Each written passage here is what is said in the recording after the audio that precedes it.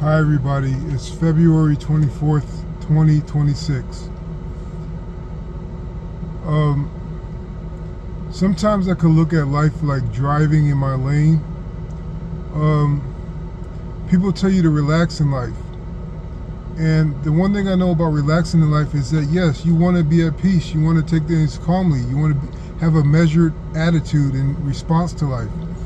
But the thing about being relaxed in comparison as an analogy to driving is that if you are relaxed and you aren't focusing on what's ahead of you, if you are speeding and there's a car stopped in front of you or an obstruction stopped in front of you and you don't pay attention, you can run right into it. And that's the same as life. If you're just speeding along, drinking, smoking, treating people badly, lying, cheating, stealing, and you're just enjoying life, not paying attention to what's ahead of you, you may slam into a proverbial roadblock or obstruction, and you're going to incur an injury. And you're going to have to learn from it, you're going to have to heal from it, and you're going to feel bitter and sour about it if you don't understand why that happened in the first place. And also, just like driving, once you're going along at a normal pace and things seem normal, and you're doing all the right things, you're checking for hazards, you're looking out for yourself, you're making sure everybody in the car with you, your family, your friends, your acquaintances, your coworkers, you're making sure everybody with you is taken care of, and you're doing all the right things, you're maintaining the car. But then you hit traffic. And traffic is the parts of life where no matter if you have been doing the right thing for years or decades, you still have to wait. You have to wait your turn to go ahead. You have to wait for things to line up so you can start pulling ahead and going to the next stage of your life or the next endeavor you want to follow. And this is normal for life. And why do I think life is this way? The reason, I guess I could ponder why life is this way. I don't have a definite answer, but I could ponder why life is this way is that there is a lesson that all of us must learn. And the lesson is that part of the lesson that I could glean from observation is that time is meant to be respected. Patience is meant to be revered. If you gauge your life on time and the speed of time, you're going to run to the end of your life before you want to. If you gauge your life with the speed of time to get into your next achievement or your next treasured item or source or whatever, you're not going to develop the tenacity that you have to grind on the way to get it if you get there too quickly. And I'm not saying we shouldn't get things quickly and we should have to wait all our lives for something. That's not what I'm saying. Is that your perception of time, your concept of time has to be holistic. It has to be understanding. It has to be set in a reality where God controls time, and He controls time the way He wants to for a pertinent reason. And you will see the reason sooner or later. And so this gets me to thinking of coveting life. I've learned that when I grew up, I learned that my life, the way I pictured it, wasn't necessarily all in reality. I have fantasies, and I love those fantasies.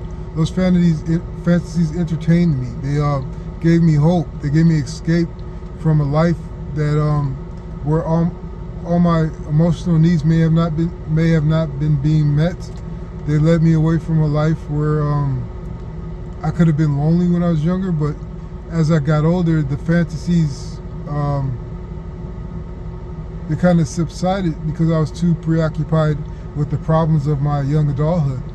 But as I get older, certain fantasies come back, and fantasies are namely not real. That's why they are called fantasies. But the real thing about fantasies and imagining them, having them in your consciousness, is that they kind of give you, as I just did with the driving analogy, fantasies give you an analogy to your life. And sometimes when you compare your life to your fantasies, you see that there's certain overlaps. And if your fantasy is great and heavenly and peaceful, and there's overlaps, that gives you a kind of perspective that your life isn't completely a wreck. Your life isn't completely full of pain. And that's why it's important that if you have fantasies that make you covet life, that is an important thing, because some people don't have that at all. And another way you should be appreciative if you covet life. If there's a part of your day that you still look forward to every single day, no matter what time it is, no matter what season it is, no matter who's around, if there's a time of your day that you look forward to, that is a blessing that, as I said before, many people do not have. Many people's whole days are painful and uncomfortable. But if you have a part of your day that you look forward to that is consistently there, no matter if it's been for 10 days or 10 years, it's good to covet that part of your life. And I know in the Bible they say you shouldn't covet anything over God, but God gives you these kind of respites on purpose. And it's okay to covet them. Just realize where they come from and realize that they're a blessing.